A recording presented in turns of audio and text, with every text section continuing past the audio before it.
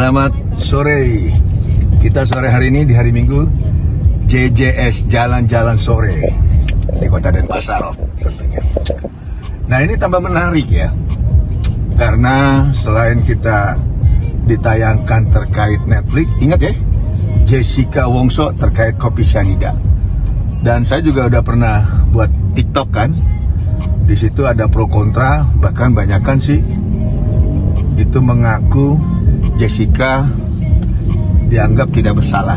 Nah, ini sangat menarik, apalagi setelah ada tayangan di TV One, itu muncul adanya semacam kontradiksi, baik itu dari Profesor Otto Hasibuan yang menerangkan secara sistematis dan juga terstruktur serta masif dengan apa yang disampaikan dari orang tuanya almarhumah Mirna. Nah, dimana kalau Pak Otto Hasibuan itu dia menerangkan apa yang kejadian saat itu di awal peristiwa, lalu juga bukti-bukti serta saksi. Nah, kalau si orang tuanya almarhumah daripada Mirna itu lebih banyak mengumpat-ngumpat, merendah-rendahkan orang, dan menganggap dirinya itu orang paling hebat, orang paling kuat, dan dia seolah-olah bisa mengatur semua, terutama aparat hukum ya. Seolah-olah tuh aparat hukum bisa diatur.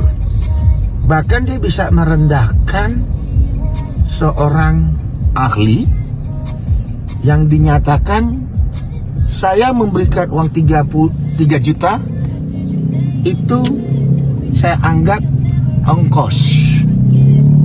Padahal ahli tersebut tidak meminta, dan dia bisa ditelepon oleh polisi dari hal ini Polsek, soalnya polisi-polisi itu kenal dia semua.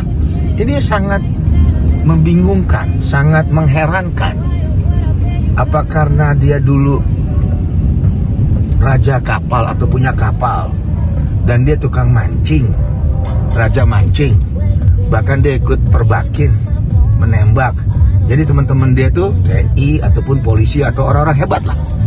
Nah, ini yang kita lihat. Sementara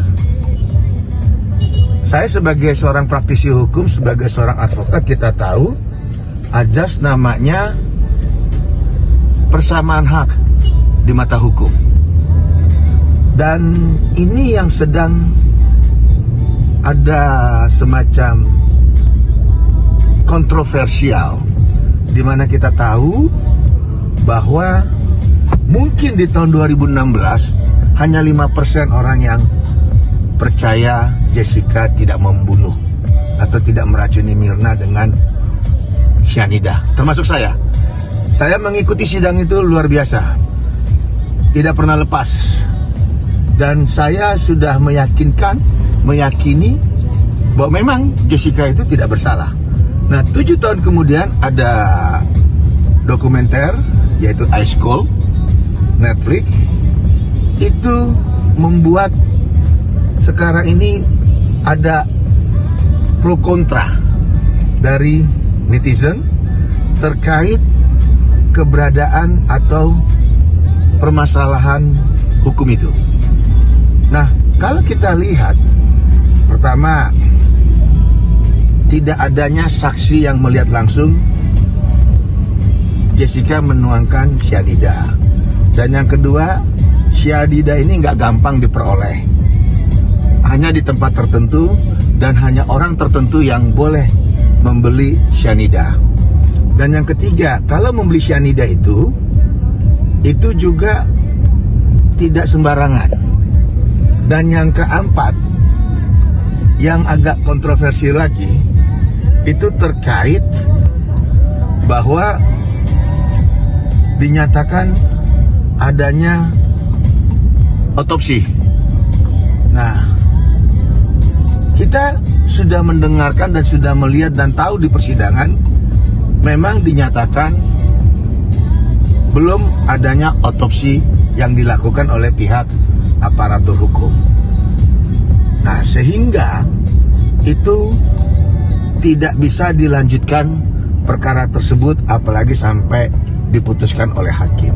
Nah, hakim pun itu kalau kita mengacu ke undang-undang, terutama ke pasal 183 KUHP, itu diatur bahwa minimal 2 alat bukti loh, baru hakim bisa menjatuhkan vonis terhadap seseorang untuk dinyatakan bersalah.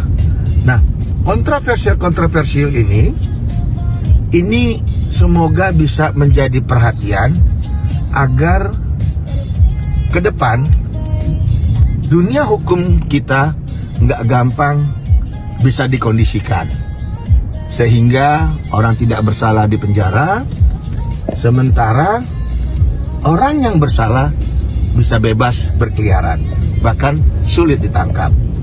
Itu edukasi pada sore hari ini.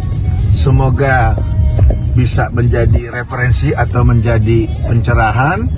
Tidak bermaksud apa-apa, tapi paling tidak saya memenuhi rasa keinginan dan saya mendukung sekali apa yang dinyatakan oleh Profesor Otto Hasibuan bahwa Jessica tidak bersalah.